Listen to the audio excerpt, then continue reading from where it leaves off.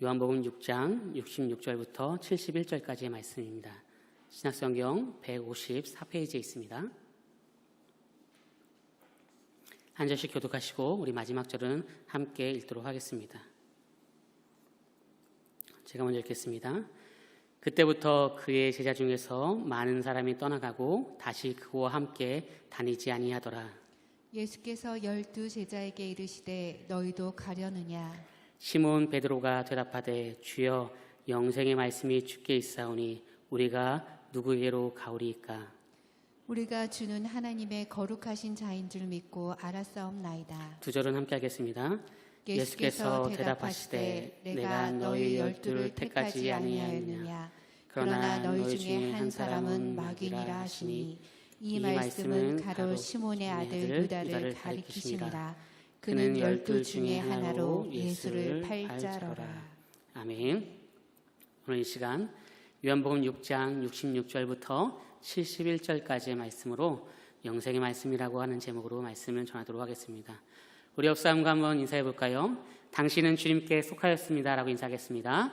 당신은 주님께 속하였습니다. 가정에서 속한 곳에서 그렇게 또 인사하고 또 함께 하나님의 말씀을 나눌 수 있으면 좋겠습니다. 복음서에서 예수님께서 하신 많은 사건들이 있지만 그 중에 예수님께서 가장 집중했던 사역이 있다고 한다면 아마도 저는 12 제자와 동고동락했었던 시간이 아닐까라고 생각하게 되었고 또 그런 내용들이 많이 복음서에서 나옵니다. 오늘 본문도 제자들과 함께 있었던 사건이며 그 중에 예수님과 베드로의 내용들입니다. 베드로의 장모의 열병 치유, 그리고 베드로가 무리를 걷는 사건, 말고의 귀를 자른 사건, 변화산에서 베드로의 신앙 고백, 베드로가 예수를 부인하는 사건, 그물이 찢어질 정도로 많은 고기를 잡는 사건, 베드로가 신앙 고백을 하는 사건 등 또한 이런 많은 사건들이 우리에게 익히 많이 알고 있고 또 많은 제자들의 사건들이 있지만 성경에서 예수님과 함께 있었던 그 내용들 그리고 본문을 볼 때 베드로와 관련된 내용들이 조금 더 많다는 것을 우리는 알고 있는데요. 오늘 우리가 읽은 본문은 그 중에서 조금 생소한 본문일 수도 있습니다. 그것은 베드로의 신앙 고백과 또 예수님과의 대화로 연결되는 내용입니다. 내용을 설명하면 이렇습니다. 오병이어 사건 이후에 예수님은 자신이 생명의 떡이다라고 말씀하셨습니다. 자신을 먹고 마시라고 말씀하셨는데요. 그런데 이 말씀이 너무나 어려운가 봅니다. 그래서 함께 있었던 수많은 제자들이 예수님을 떠나고 있는 상황입니다. 오늘 성경에서는 12 제자가 있고요. 12 제자가 아닌 또 많은 제자들이 있습니다. 그래서 12 제자들을 불러서 말합니다. 너희들도 지금 떠나려고 하는 그 수많은 제자들처럼 떠나겠느냐라고 묻습니다. 이에 베드로가 영생의 말씀이 있기에 떠나지 않겠습니다 라고 말하는 내용이 오늘 본문의 내용입니다. 그때에 예수님께서 그러나 제자 중에 한 사람은 걸려 넘어질 것이다 라고 말씀하셨습니다. 오늘 본문 66절과 67절의 말씀인데요. 우리 같이 한번 읽어보도록 하겠습니다. 함께 읽겠습니다. 시작. 그때부터 그의 제자 중에 많은 사람이 떠나가고 다시 그와 함께 다니지 아니하더라. 예수께서 12 제자에게 이르시되 너희도 가려느냐? 아멘. 오병이어 기적을 경험한 이들이 가지게 되는 환상과 희열은 참으로 컸을 것입니다. 우리의 삶 속에서 오병이어와 같은 풍성함을 경험한 일들이 있다고 한다면 그 감격은 매우 큽니다. 그러나 그러한 기적의 사건이 끝나고 나서 현실에서의 삶은 쉽지 않은 고민과 선택 속의 연속일 것입니다. 그래서 이렇게 제자들은 떠나려고 하는 모습들이 있는 것 같습니다. 그때 너희들도 떠나겠느냐라고 예수님께서 물어보셨죠. 오병이어의 기적 사건 이후에 예수님은 자신이 생명의 떡이라고 말씀하셨습니다. 예수님의 살과 피를 마시라라고 말씀하셨습니다. 그러면 영원한 삶을 살 수 있을 것이다라고 말씀하셨는데요. 이것을 좀 더 현실적으로 적용한다라고 한다면 저는 예수님과 함께 동행하는 삶을 살아야 한다라고 그렇게 정의하고 싶습니다. 이에 12 제자와 또 함께 예수님을 쫓던 많은 사람들은 많은 제자들은 이 말씀이 이해가 되지 않아서 어려워서 예수님을 떠나고 있습니다. 사실 요한복음이 다른 복음서보다 조금 더 영적으로 쓰였다라고 얘기하기도 하고요. 그 깊이가 있다라고 말합니다. 그런데 어떤 면에서는 오히려 아주 쉬울 수도 있는 것 같습니다. 예수님을 마음 중심에 모시고 동행하는 삶을 사는 것, 그것이 오늘 예수님께서 제자들에게 하는 메시지가 아닐까라고 생각해 봅니다. 예수님은 어떠한 눈에 보이는 큰 성과를 원하기 이전에 그러한 요구보다 먼저는 우리가 함께 살아가자, 동고동락하자라고 하는 그러한 메시지가 제자들의 삶 속에서 이루어지며 나타내고 있습니다. 12제자가 아닌 제자라고 하는 칭호로 많은 제자들이 있습니다. 수많은 사람들이 이제 하나씩 예수를 떠나기 시작하는데요. 예수님의 말씀이, 예수님의 생각이, 예수님과 함께 동행하는 삶이 부담스러워지는 것 같습니다. 한국교회는 조금의 차이가 있지만 다 제자 훈련을 합니다. 각각의 차이가 있겠지만 교회 상황에 맞춰서 교리로 또 성경으로 또 말씀으로 여러 가지 방편으로 그렇게 나아갑니다. 예수님께서 그렇다면 그 제자들에게 요구하셨던 제자 훈련이 있다고 한다면, 그 교육이 있다고 한다면 무엇일까요? 좀 전에 우리가 함께 나누었던 예수님과 함께 살아가는 것이 아닐까라고 생각해 봅니다.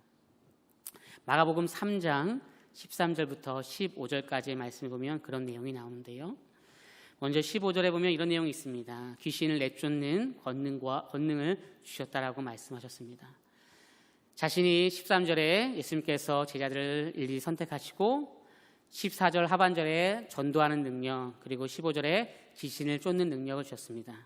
그런데 이 모든 것을 포함하는 가장 중심의 기초적인 내용들, 기본적인 내용들은 14절에 이에 12를 세우셨는데 이는 자기와 함께 있게 하시려고 함께 있게 하셨다라고 하는 내용들입니다.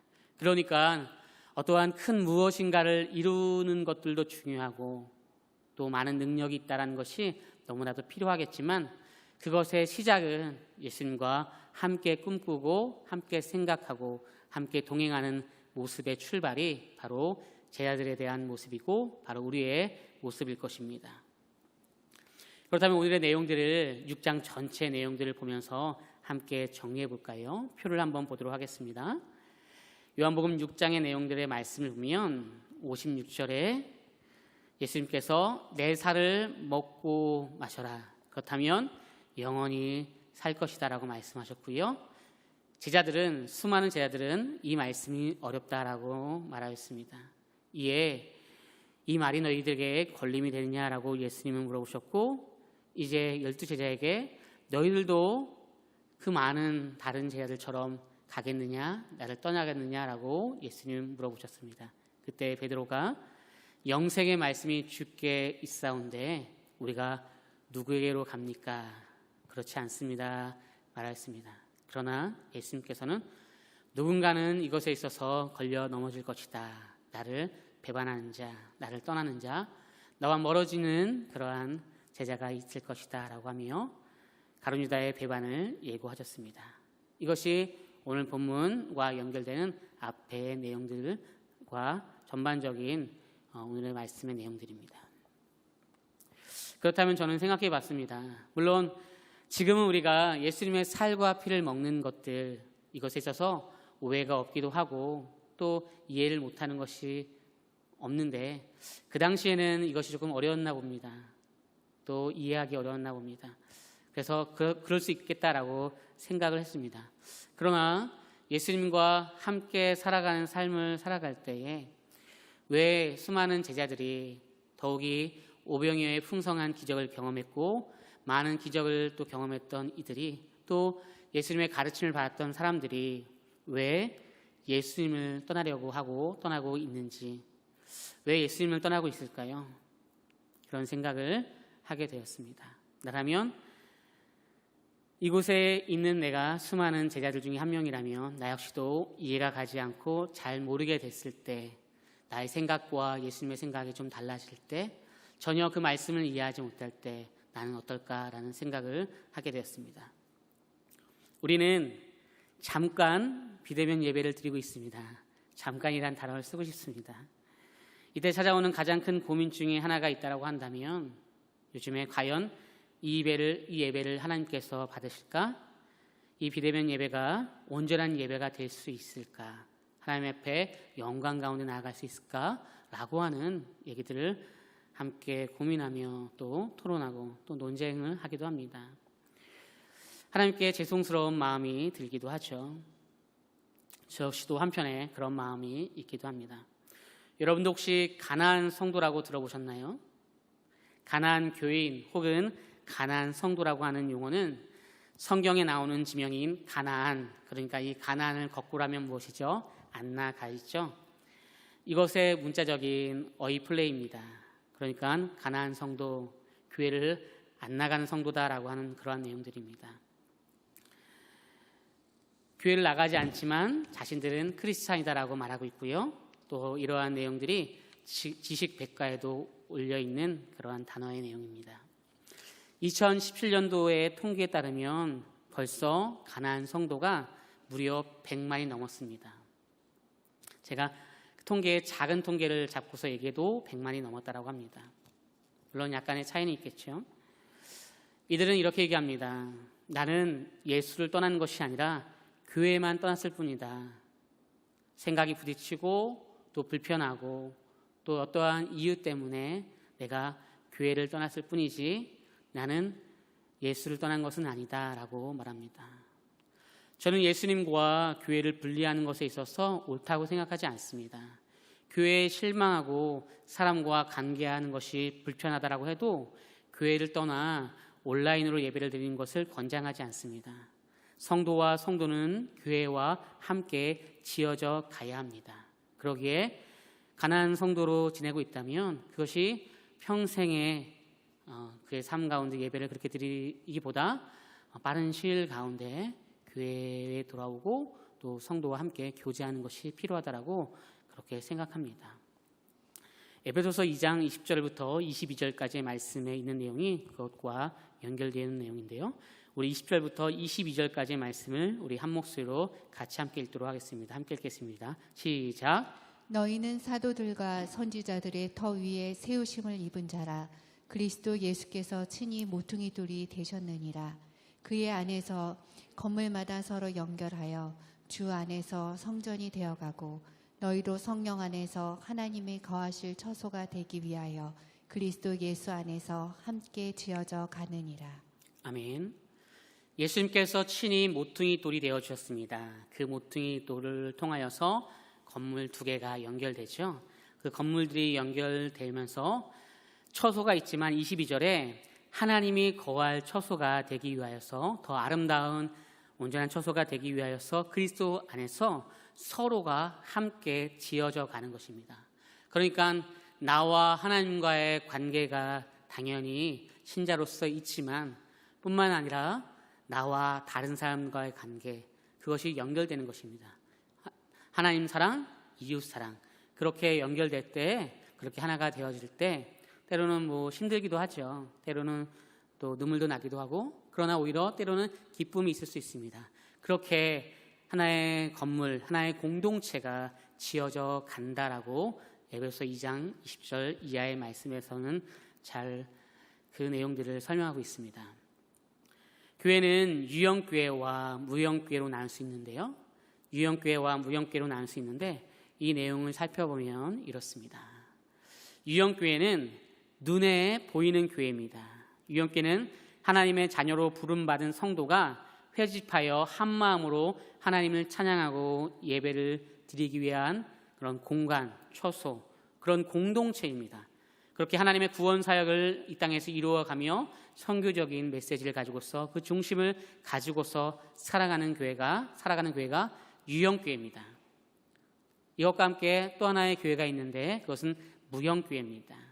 무형교회는 눈에 보이지 않는 교회입니다. 그러니까 사도신경에서 고백하는 교회로서 그리스도를 머리로 한 우주적인 교회인데요. 인종이나 국가, 빈부, 교파의 구분 없이 온 세계를 향한 공교회입니다. 그러니까 온 세계가 다 그렇게 무형교회로 속해져 있죠. 그런데 이것을 작은 범주로 얘기한다라고 한다면 이제 나 자신, 나 한 명이 나의 심령이 바로 성전이 되기 때문에 고린도전서 3장 16절에 성전이 되기 때문에 나 하나가 이 자체만으로 하나님과 나의 관계 속에서 교회가 됩니다. 그러니까 교회는 사람들과 관계하지 않아도 나 하나가 교회가 될 수가 있고요. 이것을 무형교회라고 합니다. 그리고 만나지 못하는 세계에 많은 교회들이 있죠. 무형교회입니다. 그러나 그 가운데 어떠한 지역에 있어서 형태를 띠고 공간, 서로 나눔, 그런 공동체를 형성하는 또 유형교회가 있습니다.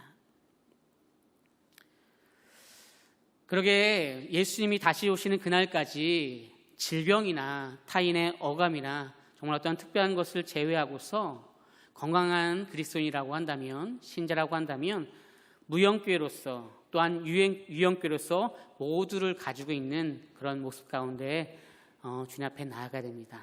나 하나가 주님 앞에 교회로서 나아가야 되고요. 또 내가 누군가와 관계를 맺으면서 함께 세워져 나가는 교회로서 나아가야 되는 것입니다. 목사님, 시대가 어느 때인데 너무 보수적인 것 아닙니까? 라고 하는 분들도 있을 수 있습니다. 너무나 목사님의 개인적인 신념이 아닙니까? 라고 생각할 수 있습니다. 그런데 그렇지 않고요. 이것은 성경적이고 또 예수님의 가르침이기도 합니다.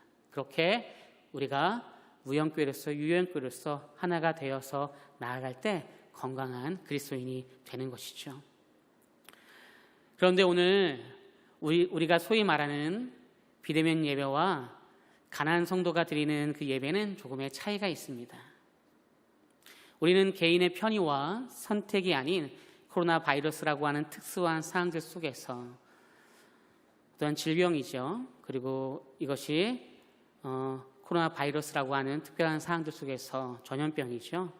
이런 것을 인하여서 모두의 안녕을 위하여서 우리는 어쩔 수 없이 선택적으로 온라인 예배를 드리고 있습니다. 물론 그럼에도 불구하고 우리는 여전히 하나님께 죄송한 마음이 드는 것은 어쩔 수 없는 것이죠. 그것은 우리에게 있어서 신앙이 있다는 것입니다. 하나님을 믿고 있기에 내 마음이 불편하고 미안하고 속상하죠. 맞습니다. 오늘 저도 앉아서 예배를 드리는데 여전히 찬양을 할 때 순간순간 울컥하고 또 마음 한쪽 가운데 아리는 마음이 있습니다. 우리 모두가 그런 마음들이 있죠. 그럼에도 불구하고 모두의 안녕을 위하여서 우리가 선택하면서 기도하면서 하나님 앞에 결단하며 나아가는 것이죠. 그러기에 우리는 이런 모습들 속에서 서로가 성장하며 하나가 되어져 가면서 나 하나의 무형교로서 나아가는 것이 아니라 누군가와 함께하는 유형교로서 공동체가 나의 지역사회와 하나가 되어서 그렇게 함께 지어져 나아가는 것이죠. 그렇다면 우리는 하나님 앞에 미안함, 죄송한 마음, 속상한 마음이 있다면 어떻게 해야 될까요? 그렇다면 담임 목사님께서 강조하신 것처럼 예배를 드리기 전에 조금 더 10분 전에 앉아있고 기도로서 준비하고 찬양 들 때부터 함께 찬양하고 성경책을 준비하고 말씀을 기록해보고 가정에서 함께 기도 제목을 나누고 또 내가 이전에는 주일 오전 예배 한 번만 드렸다고 한다면 조금 더 공예배에 참여하고 드리고 수요예배 또 주일 오후 예배 새벽을 내가 한 번 더 깨우면서 새벽 예배에 동참하며 나아가는데 혹여나 내가 그 새벽에 일어나지 못했다면 오히려 이 시간이 장점이 되기에 조금 시간이 지나면서 출근하면서 새벽 예배에 그 말씀을 들을 수도 있고요. 그렇게 내가 또 설거지를 하면서 내가 일을 하면서 중간중간 하나님의 말씀 가운데 나아가는 것들 가운데 나아갈 수 있죠. 이렇게 지금 주어진 상황들 가운데 오히려 더욱더 주님 앞에 찐 마음, 진짜 마음을 드릴 수 있는 모습이 있어야 되겠죠. 이것이 우리 열방교회의 죄력임을 믿습니다. 교회는 본래 지역교회의 모습입니다. 그래서 지역 동네의 이름을 많이 따죠. 이 말의 의미는 교회는 지역사회와 함께 성장하며 또 그렇게 아름답게 발전해 나아간다는 것입니다. 또 복음의 은혜 가운데 나아가는 것이죠. 어떤 이유에서든지 간에 교회가 지역사회와 싸우고 분쟁하며 나아가는 것은 옳지 않습니다. 심지어는 지역 상권들로 인하여서 고발을 당하거나 또 어떠한 질책을 당한다는 것은 더욱더 생각할 수 없는 일들입니다. 지금과 같은 상황들 속에서 교회가 전도가 될까요? 쉽지 않습니다. 그러나 오히려 지역사회를 배려하고 지역사회가 어떠한 모습 가운데 어려움이 있는지 고민하고 묻고 대화하는 것을 통하여서 그렇게 어떠한 교회들은 오히려 지역사회에 칭찬을 들 뿐 아니라 전도의 문이 열리고 있다라고 하는 그러한 기사를 요 근래 본 적이 있습니다. 그래서 교회 지역사회에 또 상인들이 와서 어려운 가운데 저희들의 상황을 살펴봐서 감사합니다. 또 이러한 모습 가운데 교회가 또 여러모로 앞장서면서 또 이 위기를 극복함에 있어서 그렇게 중심을 가지고 나가셔서 감사합니다라고 하는 그런 칭찬도 듣는 교회들이 많이 있습니다. 우리는 하나님이 어디에 있다라고 생각할까요? 구약시대에서는 하나님이 하늘에 있다라고 생각했습니다. 그래서 바벨탑을 통하여서 점점 높아지려고 했죠. 그렇게 구약의 첫 시작은 하늘 어디쯤 하나님이 있다라고 생각했습니다. 그리고 나서 모세 시대에서는 하나님의 계신 곳은 성막이다라고 얘기하며 한정된 그렇게 제한된 곳으로 생각했습니다.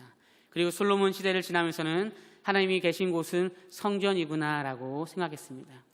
지금 우리가 사는 세상 속에서의 하나님은 어디에 계십니까? 하나님은 지금 어디에 계십니까? 하나님은 우리 안에 계시고요. 또한 세상 속에 있음을 믿습니다. 그래서 교회 공동체가 하나님 사랑, 이웃 사랑을 실현하면서 또 고민하며 기도하며 나아가는 것이죠. 우리 모두에겐 자유가 있습니다. 우리 모두에겐 자유가 있기 때문에 그 자유대로 할 수 있는 그러한 모습이 있죠. 요한복음 8장 32절에는 이 자유에 대해서 이렇게 말하고 있습니다.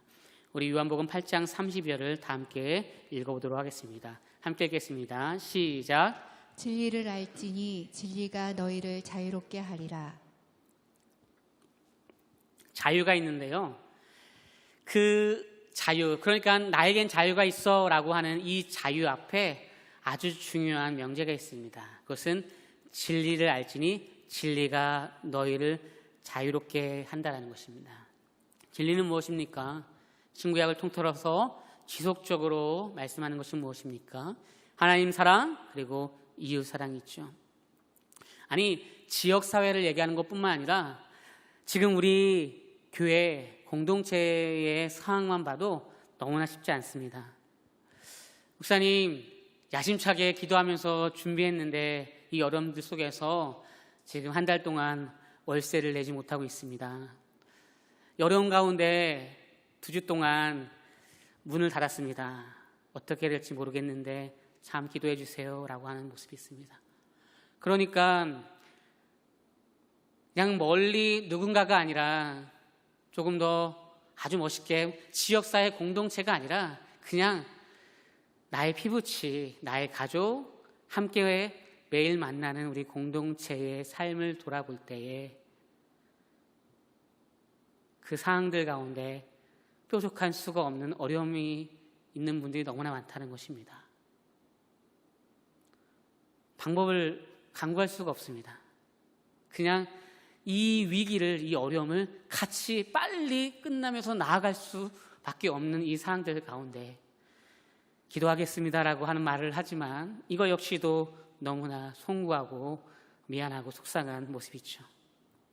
우리 모두가 같은 마음일 것입니다. 그러기에 우리 모두는 개인의 생각에 따라서 자유롭게 나아갈 수 있는 모습이 있지만 진리가 우리 안에 있기에 나의 신념과 나의 생각으로 인하여서 내가 무엇인가를 이루어가는 것이 아니라 하나님의 말씀과 그 진리 앞에 나의 경험과 나의 생각은 귀속되어야 된다는 것입니다. 이것이 오늘 오전 예배에 담임 목사님께서 말씀하셨던 내용과 연결되는 그러한 내용들입니다. 그러기에 우리는 무엇을 할 때 항상 내가 나의 신앙과 함께 상대방을 또 고려하면서 기도하면서 어떤 것이 더 주님 앞에 영광이 될지 그런 모습으로 나아가는 것들이 필요하죠. 어려움이 찾아옵니다. 그때 많은 사람들은 예수님을 떠나고 교회를 떠납니다. 그리고 이제 개인의 신념과 생각대로 나아갑니다. 오늘 67절의 말씀입니다. 우리 67절의 말씀 제가 읽겠습니다.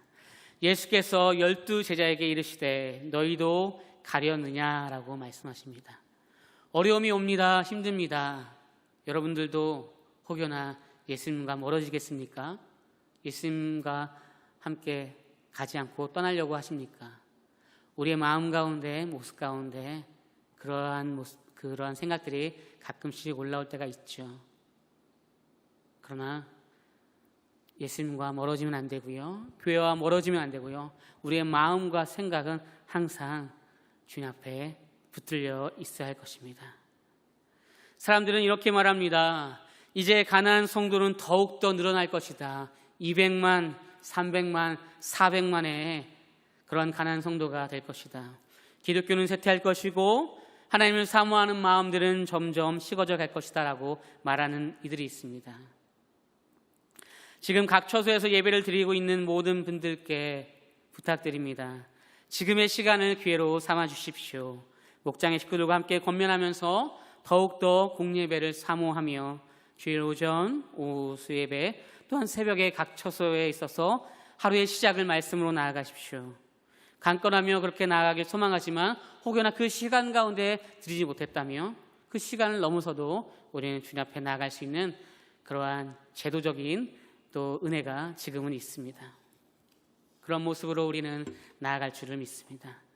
말씀으로 돌아가자라고 하는 하반기 표와 함께 우리는 성경 필사, 신약 통도, 전도 축제, 성경 암송 대회, 그리고 말씀 사경회, 이 모든 것들을 준비하고 있습니다. 이것이 온라인으로 진행될 때 사실 원활하지 않고 불편합니다. 감사하게도 첫 스타트를 끄는 그리고 많은 광고도 하지 않았던 성경 필사에 800여 명이 함께 동참하셨습니다. 너무나 감사한 일이죠. 그래서 오히려 성경 필사를 하고 싶으면 교육자임에도 불구하고 나 한 장만 쓰면 안 될까? 이렇게 부탁해서 한 장을 쓰는 이런 놀라운 일들이 벌어졌습니다. 너무나 감사한 일입니다. 또 그런 적이 한 번도 없었는데 9월이 되기 전에 매일 성경이 다 완판이 됐습니다.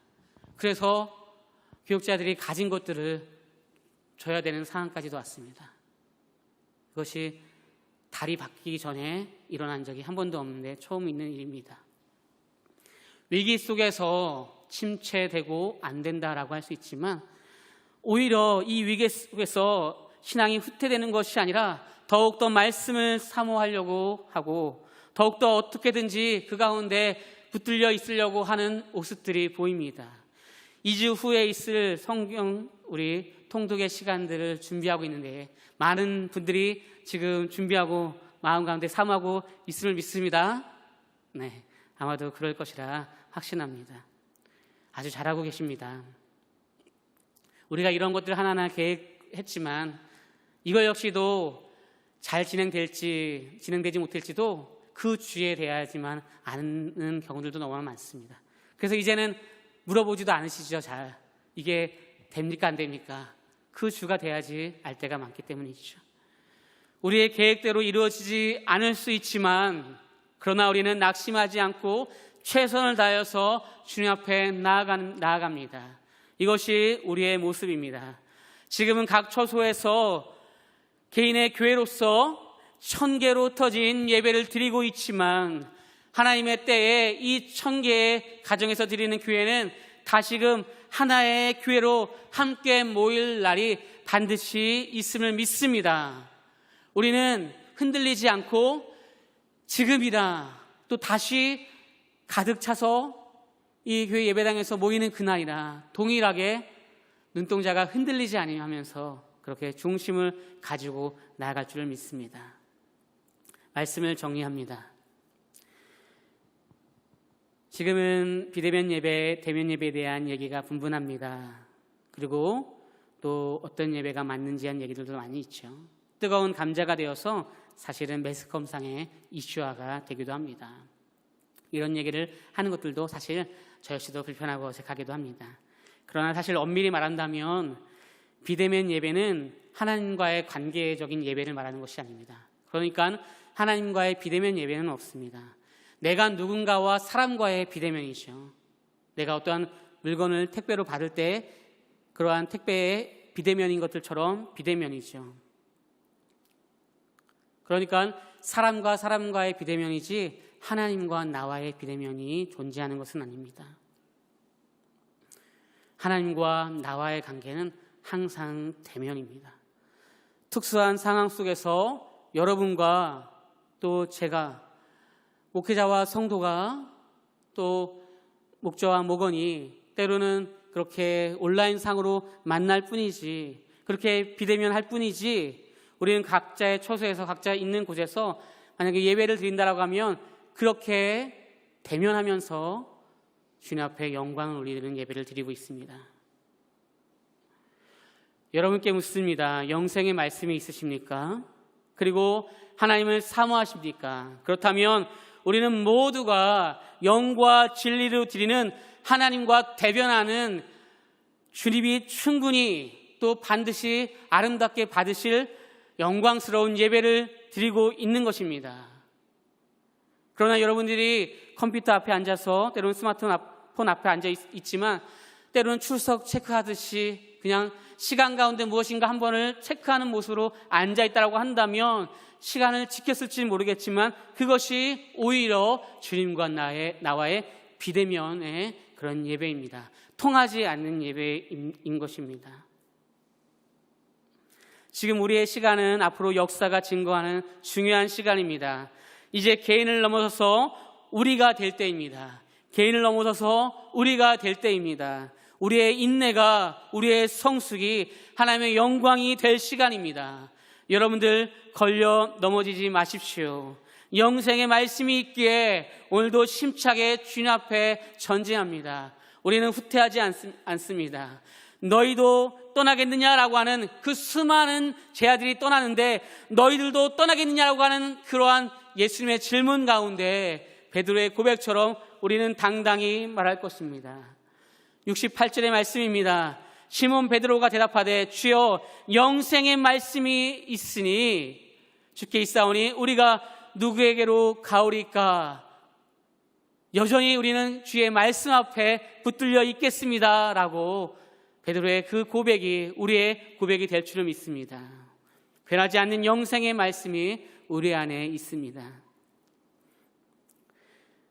그러기에 우리는 시간 드리는 예배를 통하여서 또 말씀 묵상을 통하여서 기도를 통하여서 또 온라인 상에서의 서로의 나눔과 그런 안부를 묻는 것을 통하여서 오히려 더욱더 뜨거운 마음대로 주님을 사모하며 또 영생의 말씀 가운데 나아가는 은혜가 우리에게 있을 것입니다. 말씀을 마칩니다. 마치면서 창세기 32장의 말씀과 우리 신명기 34장의 말씀을 같이 보도록 하겠습니다. 창세기 32장의 말씀은 야복강에서 이제 야곱이 씨름하는 장면입니다. 하나님과 씨름하는 장면입니다. 정말로 죽을 위기 앞에 에서의 그 위협 앞에서 하나님 어떻게 합니까? 앞으로도 뒤로도 나아갈 수 있는 그러한 환경도 되지 못하고 마음도 되지 못합니다라고 하면서 씨름하며 나아갈 때에 하나님과 대면함으로 인하여서 생명이 보존되는 시간을 경험하는 은혜의 시간입니다. 그리고 모세를 통하여서 주님은 이 모세를 봐라, 이 모세와 같은 선자가 없다라고 말씀하시면서 모세는 여호와께서 대면하여서 알았던 자이다라고 말씀하고 있습니다. 그러니까 신앙의 무수한 사람들은 어려움과 힘든 속에서 좌절하고 낭만하는 것이 아니라 이 환경이 어렵구나, 안 될 것을 찾는 것이 아니라 하나님, 제가 주님 앞에 기도하며 나아갑니다. 주의 영생의 말씀 앞에 나아갑니다. 걸려 넘어지지 않습니다. 오히려 더욱더 주님을 향한 마음이 뜨거워졌습니다 라고 고백하는 그런 모습이 있었다라는 것입니다. 그러기에 이 모세와 같은 선지자가 없다, 나와 대면하여서 알았던 선지자이다 라고 말씀하시고 이 야곱의 사항들 가운데 내가 이제 하나님의 얼굴을 보이겠다라고 말씀하시며 분이엘 하나님의 얼굴, 하나님의 집을, 하나님의 은혜를 선물하십니다. 사랑하는 열방의 성도님들을 사랑하고 축복합니다. 그리고 신뢰하며 믿습니다. 각자 있는 처소에서 또 우리가 있는 곳에서 온라인으로 하는 모든 사역들에 최선을 다해서 동참해 주시는 그 은혜 가운데 오히려 이 하반기에 귀한 사역들이 말씀을 향해서 더욱더 진전하며 나아갔던 것들처럼 나와 또 내가 속한 모든 공동체와 우리 자녀들, 앞으로의 우리 후손들에게 널리 아름답게 나아가는 역사의 귀한 하나의 시간들이 될 줄 확신합니다. 그런 은혜가 우리 가운데 있기를 예수님의 이름으로 소망합니다.